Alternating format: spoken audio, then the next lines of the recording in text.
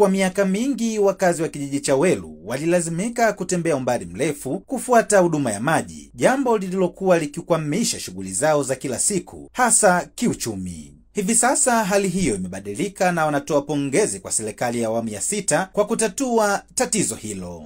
Ametutekelezea sisi kijiji cha Mawelu 100%.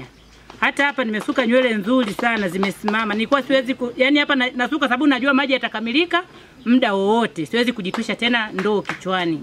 Hivyo tu nao tunawashukuru, maana walikuwa wanatupambania. Sio rahisi kata moja kupata maji vijiji vyote viwili. Sio rahisi hivi. Ametutua ndoo kichwani kwa sababu tulikuwa tunashindwa kusuka nywele nzuri, tulikuwa tunashindwa kuzaliana, maana saa 8 za usiku tunakuja kusukumana kwenye maji, tunaacha ndoa zetu.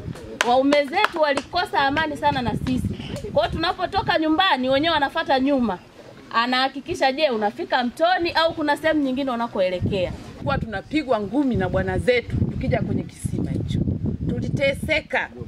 Lakini baba alijua tumechepuka. Kumbe tuko kusubiria maji. Saa hizi baba ametutua ndoo huyo mwanamke. Tunasema asante Mungu. Tunasema asante Mungu, mkuu wa mkoa, mkuu wa wilaya pamoja na mbunge wetu Masache.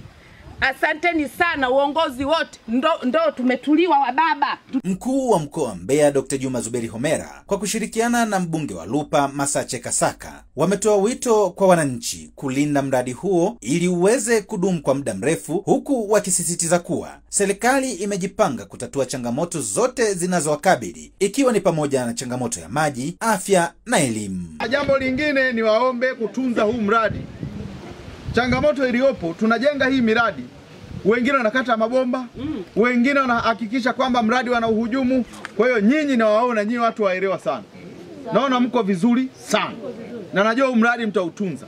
Na hapa bahati nzuri mnaye diwani jembe. Yaani diwani mpambanaji. Wangapi wanasema rombe katika kata Nkung'ungu. Mkamalizie kwenda kufanya installation. Na kama mlivyofanya hapa na kule mwende mkafanya. Haya ni maombi yangu mimi kama mkuu wa mkoa. Kwa sababu kata ile nayo ina changamoto kubwa ya maji. Wilaya ya Chunya ni miongoni mwa wilaya katika mkoa wa Mbeya, wilaya yenye changamoto kubwa ya maji ni wilaya ya Chunya. Na ndio maana tunapambana na wenzetu hawa wadau wanafanya kazi kubwa. Kwa kweli na hiyo siku nyie wananchi andaeni kuku angalau 3.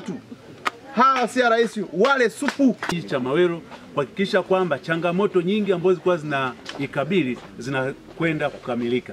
Leo wewe umeongozana na timu hii kuja kuangalia na kuja kuzindua mradi huu mkubwa sana wa maji ambao kilikuwa ni kilio kikubwa sana kwenye kijiji cha Mawelu, lakini kwa kata hii yote ya Kasanga. Nikiripoti kutoka hapa mkoani Mbeya, mimi ni Samuel Mpogole.